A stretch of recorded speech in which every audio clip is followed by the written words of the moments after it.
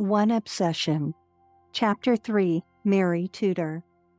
The lights emitted a low hum that bounced off the stone walls of the basement. Stepping off the 13th step, the hard stone was cool against Mary's bare feet.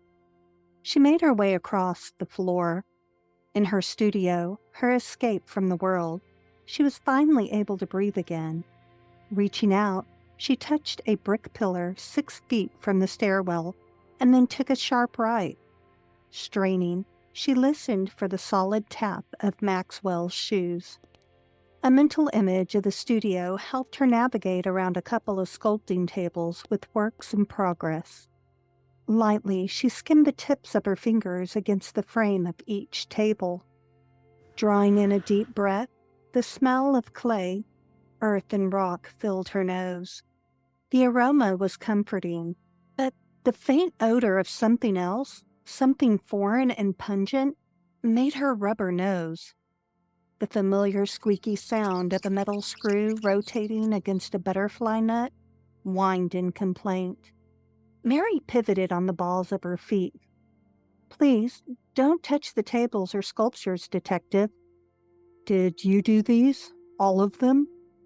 "Yes. Sculpting is a hobby of mine. I find it relaxing." "They're quite remarkable." The detective's baritone voice was soothing. "Do you do others, besides the animals and faces?" "Busts, and yes, I've sculpted a few abstracts. I just feel more connected to animals and especially to faces." "There's a lot of detail on them." "Thanks." She tilted her head to the side and then clicked her tongue. "You did that before. Why do you make that sound?" "You mean this?" She clicked her tongue again. "Yeah." "It's a form of echolocation. I use it to view my surroundings." "You mean similar to what a bat does?" "No, exactly the way a bat does." Mary's fingers wrapped around the stretchy hair tie on her wrist, and she pulled it off. The clicking noise produces sound waves that bounce off the structures and walls of the room. Smoothing her hair, she gathered it into a ponytail, then wrapped the tie around her silky hair. "It's how I locate things. It's how I see." "Where were you when the intruder entered the room?" "I was working on the sculpture under the tarp." Mary turned toward the sound of Maxwell's voice. "He was on the stairs. I thought it was John." "What made you think he wasn't?" "I've grown up with John my whole life, so I know the sound of his footsteps, the way he breathes, the way he moves." Mary skimmed a hand across the base of a sculpting table. "I can even identify the aromatic smell of his sandalwood cologne that mingles with the pipe he likes to smoke." "Please, continue." Detective Maxwell's voice was soothing, charming even. It made her wonder if the contours of his face matched the pleasant undertones of his voice. "He had on work boots." She rubbed her eyes. "John wears squeaky loafers." "Anything else?" "Yeah. He spoke with a deep baritone ring to his voice. Kind of like yours, just not as deep." Footsteps approached the sculpting table with their latest work. "How'd you know the intruder had on boots?" "Because of the hard soles." "You can tell what kind of shoes a person has on?" "Yeah, sometimes. Depends on the material. Sneakers are soft because of the rubber. You have leather shoes with rubber-like soles." An odd scent infiltrated her nose. "Mary." He paused, and the tarp rustled. "What's under the plastic?" The tarp crackled again. "Don't touch that. The clay is still wet." Mary made her way to the 4th sculpting table in a row of 12. "It's a present I've been working on for John. His birthday is next month." Standing beside the detective, Mary scrunched her nose. The odd smell lingered. It was stronger at this location. Taking hold of the base of the table, she slid a hand under the tarp to steady the bust, and then she grabbed hold of the plastic. A sharp, searing pain ripped through the palm of her hand. What the? Mary jumped back and cradled her hand to her chest.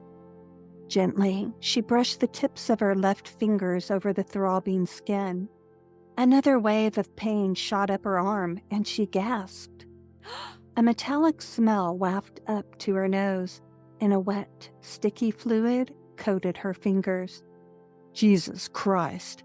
Maxwell exhaled under his breath. Let me see your hand.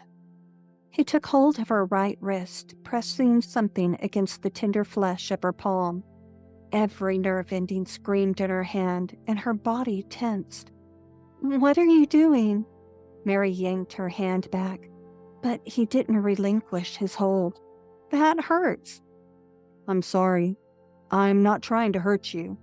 He drew her closer to him. But you cut your hand. I've placed a handkerchief over the wound. We need to keep pressure on it.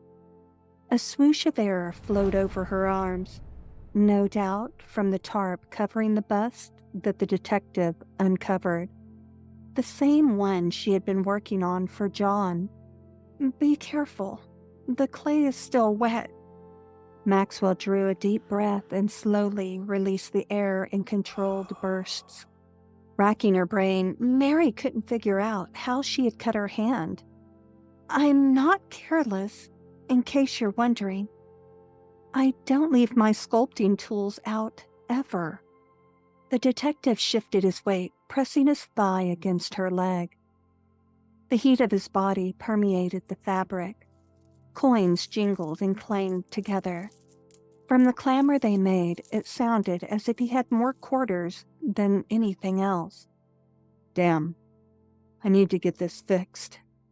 What? My phone. I broke it. I need a team down in the basement.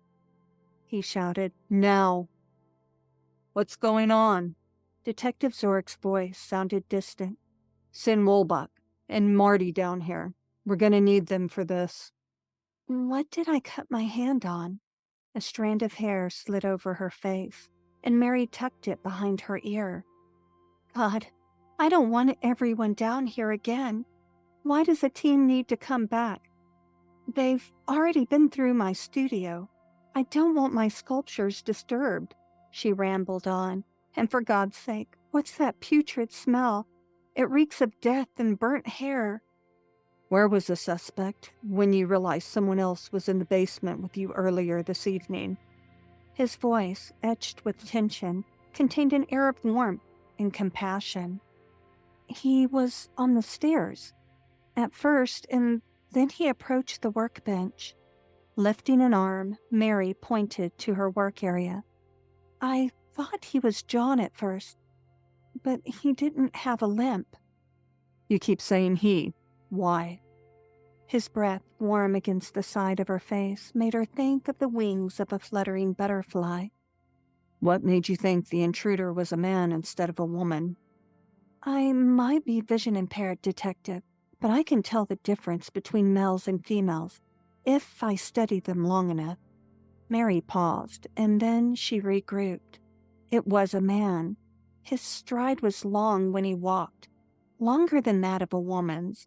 Not to mention, his voice was young but masculine. I don't know many women who walk around conversing with such a deep voice. Point taken. He peeled the cloth off, then pressed it to her palm again. Is there always a draft in here? What? It took her a couple of seconds to respond. No, not usually. Is there another entrance? Another way to enter other than the way we came? Yes. There's a small underground tunnel that leads to the surface. It's in my office. She motioned to the end of the room. It's on the other side of the stairs, but it's always locked. You sure about that? Maxwell guided her to the opening of the office. Why do you ask? Stepping inside, the temperature changed, and the sounds dulled. A musty wind blew through the room, filling her nose, which was odd since there weren't any windows. It's open, isn't it? She stepped forward and pressed her good hand against the wall, then followed the smooth surface with the tips of her fingers. The door, it's open, right? Yeah. Maxwell pressed a hand against her abdomen, stopping Mary dead in her tracks. Where does it come out at? On the other side of the gardens. At least now we know how he entered the house without setting off the alarms. But earlier, he left by way of the stairs, and then I called the police. Mary frowned. All the doors were locked from the inside. From what I can see, he re-entered. He's been back inside your studio since the investigators cleared the room, which is why we need to secure the tunnel. God, as a child, I used to walk that narrow passage. It took my parents several months to learn of its existence. Instead of closing it off, my father and John had the tunnel dug out and reinforced. I spent many hours exploring the pathway and the gardens it led to. Mary sighed. Do you think he's been using it to gain entry to the house? To spy on us? That's possible. I'll have a team check it out. What else can you tell me about the intruder? There was a musky smell, like the scent of man's cologne or aftershave wafting in the air. At first, I thought it was John, but something else mingled in the aroma. It was just out of reach. An oil of some kind, I think. Mary wrapped her fingers around the wrist of her injured hand. Detective, how bad is it? An icy cold shiver crept up her spine. I'm not sure. It's still bleeding. He continued to apply steady pressure to the wound. Heavy footsteps echoed off the walls. What's up? Detective Zurich's quick steps approached. This room's already been cleared and secured. Keys clanging together rattled in the air. So, why all the fuss? The intruder returned, Maxwell replied. I think he used an unsecured tunnel in Miss Tudor's office to enter the studio, which gave him access to the rest of the house. No shit. Zurich cleared his voice.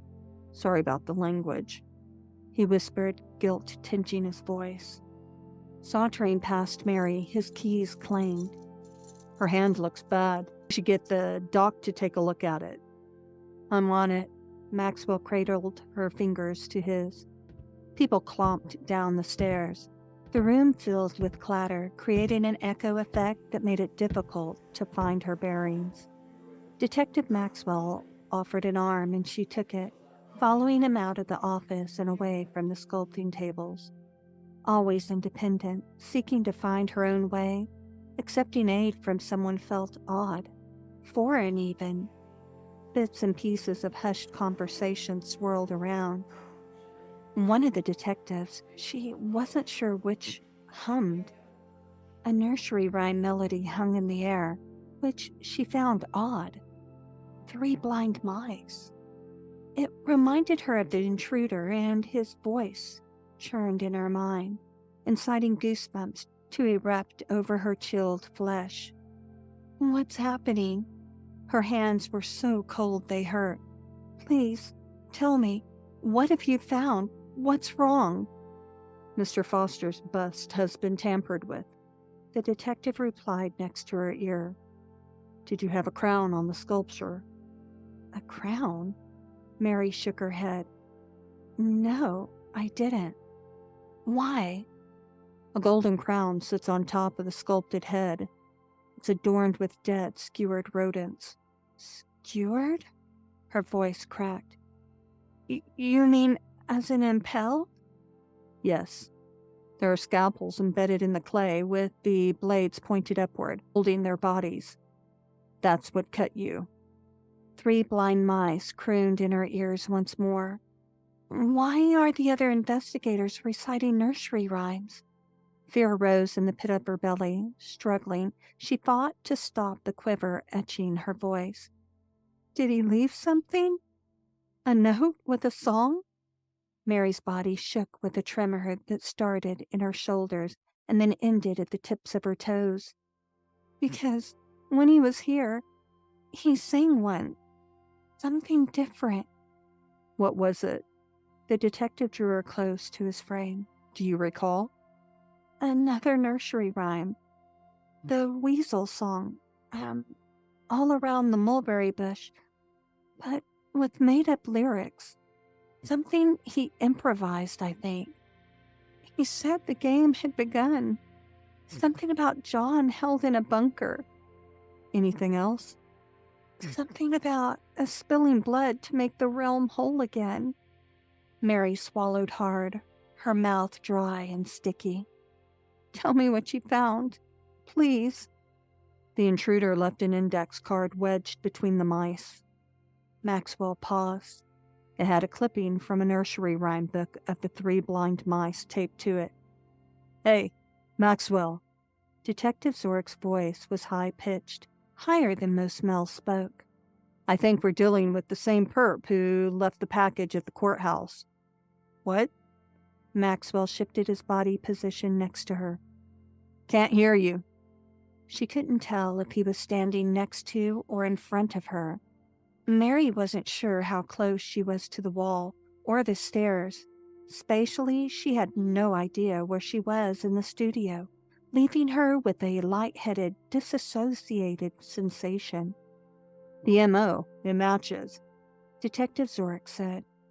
Gouged eyes, just like before, and burned sockets. He cauterized them. What the hell do you think that means? Who does that shit? Don't know, but I sure as hell intend to find out, Maxwell replied. I want you to take a few men and check out the tunnel. And Zorik? Yeah. Keep an eye open. Maxwell applied pressure to Mary's hand, sending a jolt of pain across her palm. Hell, Detective Zorik replied. I'll keep them both open. That hurts. Mary laid a hand over Maxwell's, trying to pry his grip loose. Where the hell's Woolbach? Maxwell grumbled. I'm coming, replied a man with a deep southern drawl, humming 3 blind mice. His footsteps, solid and heavy, squeaked when he walked. Before you touch the evidence, take a look at Miss Tudor. The detective released Mary's hand. I'll be right back. His footsteps receded. Wait.